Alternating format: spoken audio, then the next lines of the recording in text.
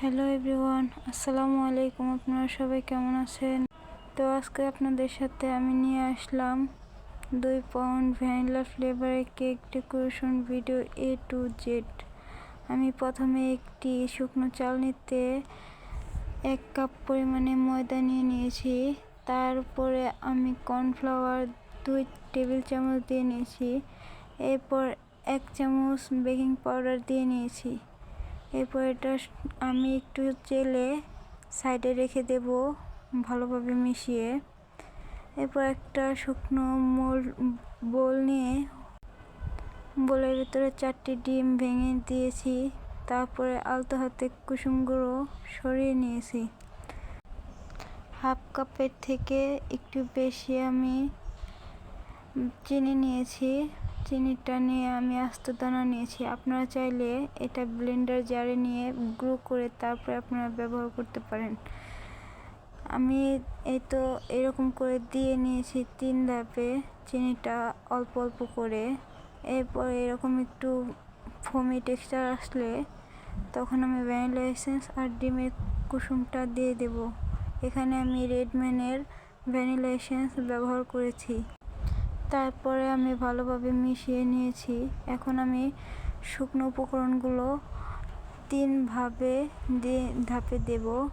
তারপর আলতো হাতে খুব অল্প অল্প করে মিশিয়ে নেব, যাতে করে ডিমের মেরাংটা নষ্ট না হয়ে যায়।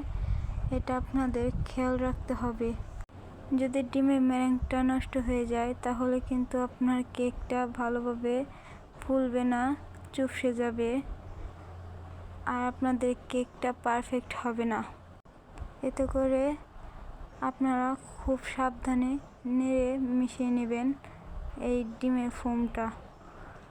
অনেক জোরে মিশাবেন না কখনো স্পঞ্জ কেকের ক্ষেত্রে। এই পর্যায়ে আমার মিশানো হয়ে গেলে একটা স্প্যাচুলা দিয়ে আমি ভালোভাবে নিচে গুঁড়ো থাকলে ভালোভাবে মিশিয়ে দেব। এরপর একটা 9 ইঞ্চি সাইজের রাউন্ড মোল্ড নিয়েছি। রাউন্ড মোল্ডে ব্যাটারগুলো ঢেলে একটা শাসলিকের কাঠি দিয়ে করে নেব, মিশিয়ে নেব সমান করে। তারপর কয়েকটা ট্যাপ করে আমি ওভেনে 180 ডিগ্রি সেলসিয়াস তাপে দিয়ে দেব কেকটা হওয়ার জন্য। 25 মিনিট আমি রেখেছিলাম। আমার কেকটা পারফেক্টভাবে হয়ে গিয়েছে, আপনারা দেখতে পাচ্ছেন। আর আমি মোল্ডের নিচে বাটার করে দিয়েছিলাম, এতে করে আমার আর কোনো কাগজ লাগেনি। দেখুন কি সুন্দর 3টা স্লাইস হয়েছে। এখন একটা একটা করে স্লাইস দিয়ে আমি প্রথমে সুগার সিরাপ দিয়ে নিব। তারপর ক্রিম দিয়ে আমি ক্রাম্পড করে নিচ্ছি একটা একটা করে। আমার ক্লায়েন্ট বেশি ক্রিম চায়নি, তাই আমি অল্প ক্রিম দিয়েছি। আপনাদের যে যেরকম চায় ওই রকমভাবে দিবেন আপনারা। আর কেকটা সাদার ভিতরেই হবে, কোনো রকমের কালার ইউজ করা হবে না এই কেকটাতে। আমি এভাবে সবগুলো লেয়ার দিয়ে নেব সুন্দর করে।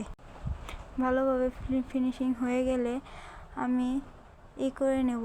এখন নিচের সাইডটা উপরের সাইডে দিয়ে ভালো করে এইভাবে ফিনিশিং দিয়ে 30 মিনিটের জন্য ফ্রিজে রেখে দেব, যাতে করে ক্রিমের কাভারটা মানে ক্রাম্পটা সুন্দরভাবে হয়ে যায়। ক্রাম্পড হয়ে গেলে আমি তারপর ক্রিম দিয়ে ভালো করে ফিনিশিং দিয়ে নিচ্ছি। এটা একটি অ্যানিভার্সারি কেক ছিল। এরকম করে সুন্দর করে আপনারা ফিনিশিং দিয়ে নেবেন। আমি খুব কম ক্রিম দিয়ে কাজটা করছি। আপনারা যাদের ফিনিশিং আনতে একটু সমস্যা হয় তারা একটু ক্রিমটা একটু বেশি দেবেন, যাতে করে আপনাদের ফিনিশিং আনতে অনেক সুন্দর হয়। এখন আমি প্যালেট নাইফ দিয়ে চারিদিকে সুন্দর করে ছড়িয়ে ক্রিমটা মেখে নেব।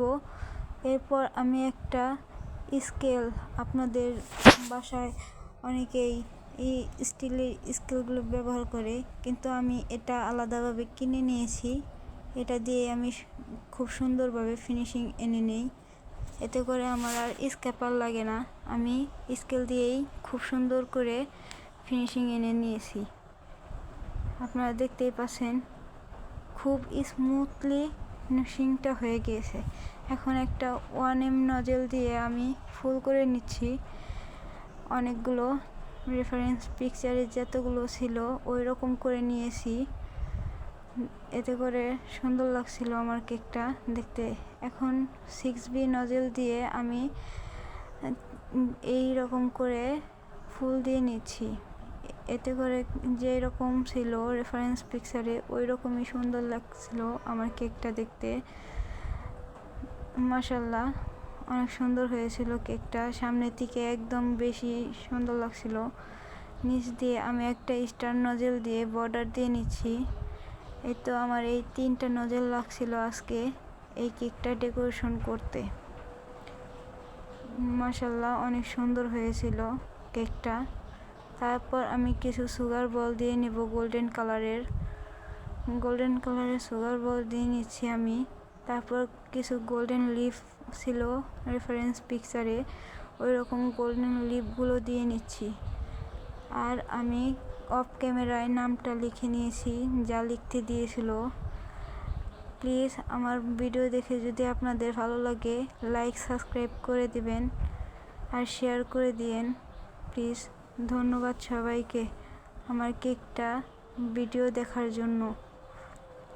সবাইকে আসসালামু আলাইকুম। আমার কেকটা দেখে যদি উপকৃত হন তাহলে সবাই আমার জন্য দোয়া করবেন। আল্লাহ হাফেজ। আসসালামু আলাইকুম রহমতুল্লাহি বারাকাতুহু।